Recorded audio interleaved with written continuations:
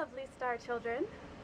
So today I am at a beautiful apothecary and I am doing tarot readings today. I am so happy to be back into my tarot and doing this more regularly. I did it last week and they asked me to come back, so this is really great, and I have another scheduled for a week and a half now, I think, and yeah, it's just lovely.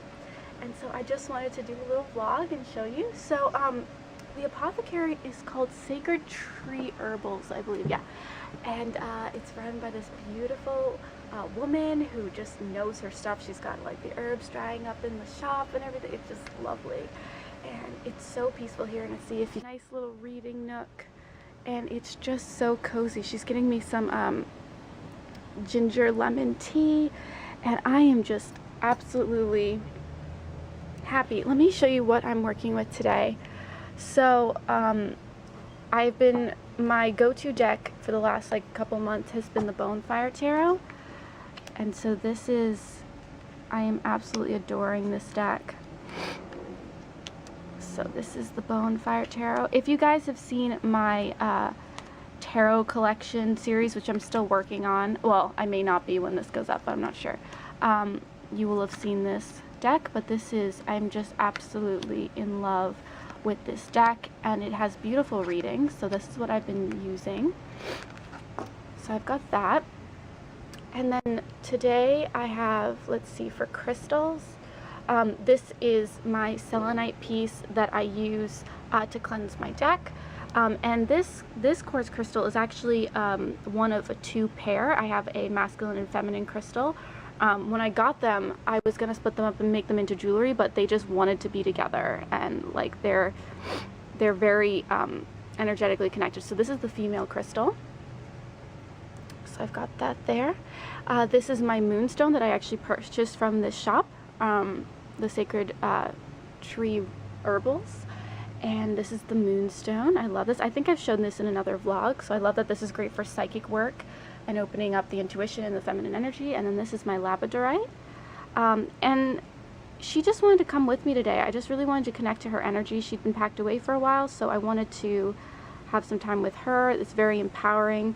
I think of this as being heart chakra and grounding, but it also has to do with the third eye as well, and it's just absolutely amazing. And then I have this piece of fluorite, which I think is very interesting. My crystals are usually very well kept, but for some reason this one just keeps breaking, so I think that's really interesting. I got a little chip here and here, but it's still beautiful, and I like to think when anything breaks or whatever, I like to think of it as the universe telling me to not have to have perfection, and that everything's beautiful just the way it is. And I got this in Australia when me and Tyler went to the crystal shop together, when I first got to Australia, so that's a very special piece for me.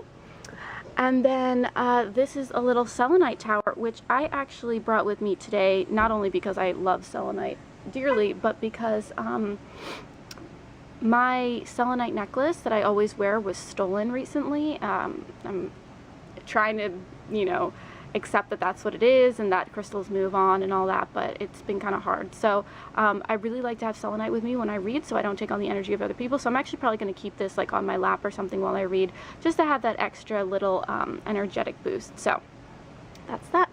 So that's my little reading collection today. It is just absolutely the most perfect fall day, and I am just so grateful and thankful.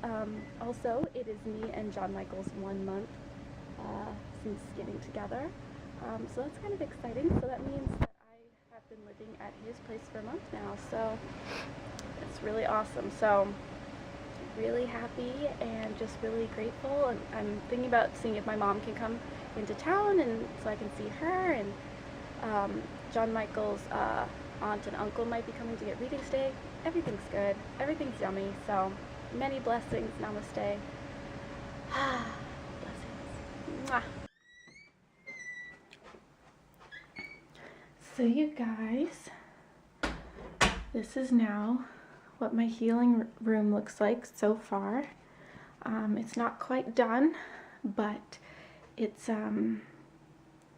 almost done. So got my altar over here, a bunch of new plants. Yep. If you guys would like me to take you through an altar tour, let me know. But I'll do that before I clean up my altar next time. And it's the healing table, which isn't usually in here, but I was doing a session today. So yeah. This is such a yummy space, you guys. Like, I really use it for centering and my practice, and John Michael uses it for his practice as well. If he needs to meditate or whatever. So I've really just created this really sacred space for ourselves, and we want to put a lot of plants like all over the house, but we have the cats, so we have to be careful where we put plants. So currently the plants are, is this blurry? Come on. So currently the plants are in here. Plant babies. So yeah. I just love this space, you guys. It's awesome. This is the new plant we got. Really lovely. So yeah. We got the fishies in here because again the cats are crazy. So yeah. Anyway. Lovely nature outside. Hey guys, so this is kind of an interesting vlog because it's kind of hard to talk about a little bit,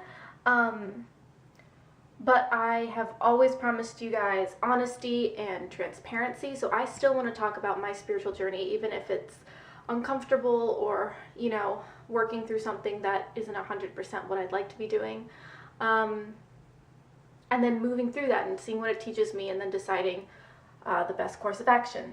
So, as most of you guys know, since about February I have been vegan, and it has been amazing for me. It has helped with a lot of my digestion stuff, especially with cutting out dairy, and just feeling a lot clearer and a lot less angsty, and my psychic abilities have gone through the roof, and I did not expect that. Like, and that's something my guides talk about, and so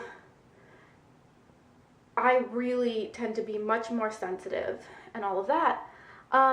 But what was happening is around the time I met John Michael, it really started to get to the point where I was feeling like I couldn't ground myself, uncomfortably so. I don't really like the feeling of being high, and I was literally feeling high every single day. And part of me understood what was going on. Essentially, I was not just in the third dimension, I was kind of like floating all around, having a really hard time with that. So it was getting to the point where I wasn't able to function, really psychic, channeling all the time, but having a hard time functioning. And something I remembered was another one of my friends, Manali, who you've seen on this channel, who is now a vegan, as far as I know. I haven't talked to her in a little while. As far as I know, she is a full vegan now. When she started going through her transition, she was having a hard time grounding herself, and she ate a lot of chicken. And I was getting to the point where crystals weren't working, grounding practices weren't working. I was feeling so off, and it was not working for me, and I was getting panicky and uncomfortable. And so I decided to experiment and start eating chicken again, and I've been eating some eggs. Can't do dairy, again, lactose intolerant. So for the last few weeks, I have not been vegan. We have been doing vegan meals, like if you've seen me post on Instagram, like we are doing some vegan meals, but we have been supplementing it with chicken and things like that. So I wanted to come on here and really be honest with you guys, because I have noticed some really interesting shifts, and I wanted to put this into kind of my vegan journey story, because long story short, I'm going to be going vegan again, because just the last few weeks, as much as I've been feeling much more grounded and much more in the third dimension and much more like focused here, I have felt very spiritually unbalanced, and I've felt very more angsty, and I actually wasn't feeling well for the last week and a half with some other things. I don't know if it's has to do with those things, but even though I was feeling grounded, which it did do what I was hoping for it to do, I just feel so disconnected from my guides and my intuition. And not that I'm not me, and not that I can't do these things, but the difference is stunning. Like, I was talking to John Michael, I'm like, I just feel like I haven't pulled cards in a long time, and I'm just not as dedicated, and I'm like, when's the last time I channeled? And he's like, it's been several weeks. And I'm like, oh, that's so weird. And I just don't feel like, when I am in that high vibration, eating vegan, daily practice state, I feel like I'm in constant communication with my guides, and they never leave me wrong, and I'm always feeling very balanced and centered. And so you know, we tried. We're like, okay, so we did one food shopping where we bought meat and eggs, and we're just like, let's see how it goes. John Michael is still like coming out of being a carnist, so he's, you know, been cutting it out. But I wanted to add it in just to see what it was going to do, and as much as it did what I wanted it to do, like I said, I feel so disconnected from my essence. I feel much more low vibration. I do feel more angsty. I do feel like I can get agitated more easily. I just don't feel as clear. So John Michael and I, you know, we want to go vegan. Like long term, that's the goal. Like this was an experiment to see if there was something to do with that. So now that we have figured that out, I'm just going to have to start sorting out. We want to do a lot more research on whole food diets, not so much like just like the crappy vegan stuff, but like whole food plant-based diets, being a little more grounded, and just really centering into that, and eating more grounding food. So if you guys have any suggestions of foods that can be grounding, let me know, or even any practices. I'd really love to know, because it's definitely something I'm dealing with, and I was not dealing with it well, and so I had to take a step back, which, you know, it's how life is. It's the journey. We always have to, you know, sort out what is best for us. But I think in the long run, being vegan, I mean, of course, like the planet and the beings on the planet, like for sure, but, you know, we need to figure out what's best for us, and that's important. But I needed to sort out what was going to be best for me, and I have come to the conclusion that I would like to be vegan. So yeah, so it's been really interesting, and it's been hard to balance. It's been hard to balance this ascension process and feeling normal. So yeah, if you guys have any spiritual practices, any foods you suggest, coming to mind right now, I'm just feeling like I probably should start wearing more reds and things like that. So anyway, if you have any suggestions, please let me know, because it's definitely something I've been having a hard time with. And I wanted to be honest with you guys. Like, this is the thing. This is the spiritual journey. This is what it is. It's about evolving and creating a good habit and really getting to know yourself and really making choices through mindfulness. Not just because other people are telling you, not because just someone says it's a good idea, but really testing it and going, okay, is this really good for me? Is this something that really resonates with me? And really knowing yourself. So I just wanted to come here and talk about that. So yeah, it's been interesting, but John Michael and I said, I think we have like one egg left in the house, and we had some chicken the other night. We had some leftovers, but other than that, we're not planning on buying any more of that stuff, so we're just letting it, you know, cycle through. And then, yeah, we're going to go even harder into veganism. So I'm really excited. The camping trip's going to be all vegan. It's going to be awesome.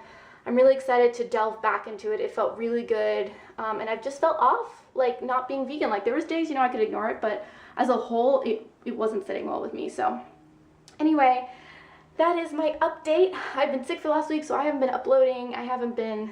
But this is gonna go up later, so I guess it's not gonna matter anyway. But yeah, it's been an interesting week or two. It's been a little more rough, and so just want to come up here and vlog a little and just express it to you guys and tell you about my journey. And yeah, so hope you're all doing well. Much love. Mwah. Bye. Hey guys. So say hi to our newest baby, this guy here in the front. We're not sure if it's a boy or a girl, but we've named him Ra. Back here we have Caldrius, the blue one, and Cole, who is the white one.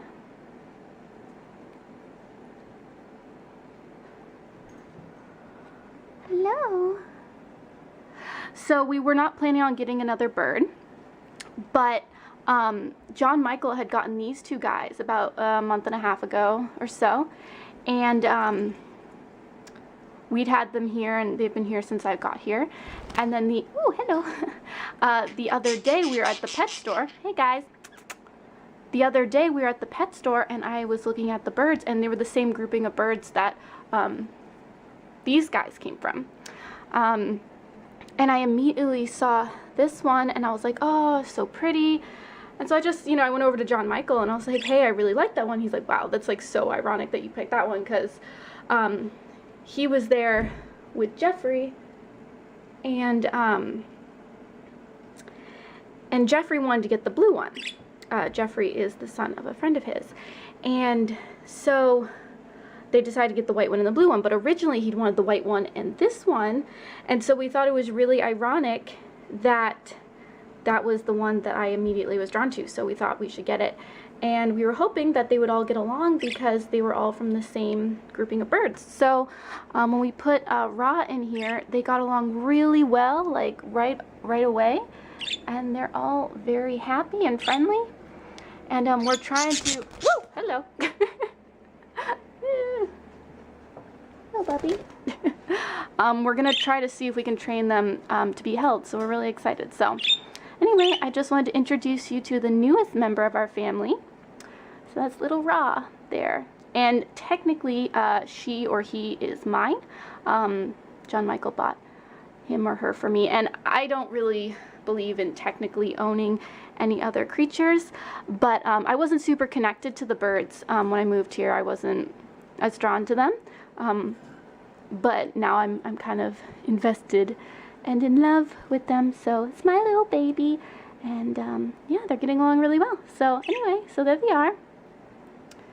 Super cute. Hello, Baba. Hello. Hello.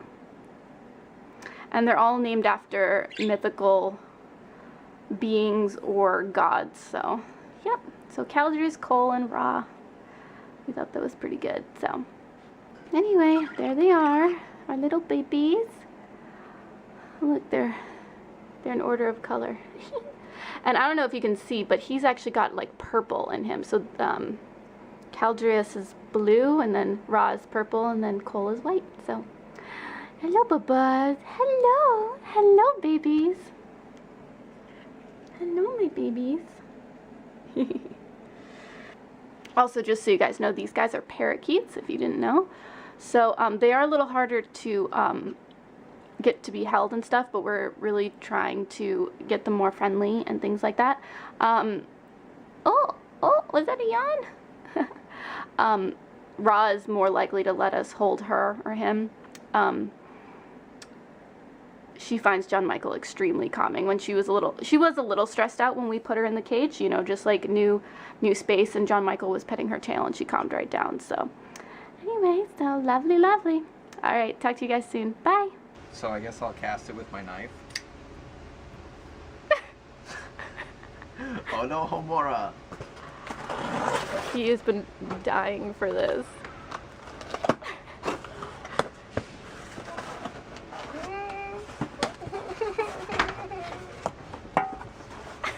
I'm so excited! It's an inbox, so empty paper.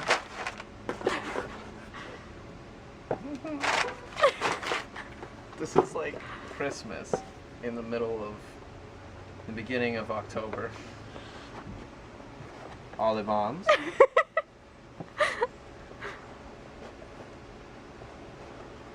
How does the box feel? It feels like cardboard with a nice touch of maybe some sort of paper on the top of it.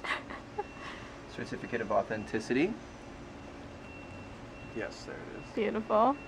Oh, it even says the stuff on the back. Pear, 14 inches. The masterpiece was created. Yeah. Essence of Phoenix Feathercore. Yeah, it's so exciting. So she must have done exactly as what I... Look at this thing. Look at how beautiful this is. God, that's like really perfect. Yeah, it Oh, really wow. is. And I feel as though I'm one with the wand. Already. Oh, it comes with a nice bag and stuff too. I might just leave this paper in here for aesthetics. Honestly, mine is still in my box from that. But then what is in here? So talk a little bit about like how this wand came to be. Okay, so I got curious in the Pottermore website because Becca told me that I should check it out. And I found out what my house was, which is Ravenclaw, and my Ilvermore house, which is the Horned Serpent, if that's relevant to you. And got my Patronus, but one of the things I did was find my specific wand, and then I was looking at the Alivon website beforehand, and then I made my wand, and then on the custom wand page, this is very light, they made a comment about how they make wands to the specifications of Pottermore descriptions, and so through talking to them, I ended up getting exactly what I wanted. It's beautiful. It is beautiful. Feels good. It's very light. Is it It's much lighter than I expected it to be. lighter than mine? Yeah. Really? Do you want to? Oh god. It is, but it's like comfortable. Yeah. It's good. It feels about the same as mine. It feels more similar to the wand I carry, not the one you borrowed. The one you borrowed has a much thicker handle, I think. I think that's why it's heavier, whereas this one feels more like mine. Oh, it's so perfect. Yeah. I am really happy. All right. That's it.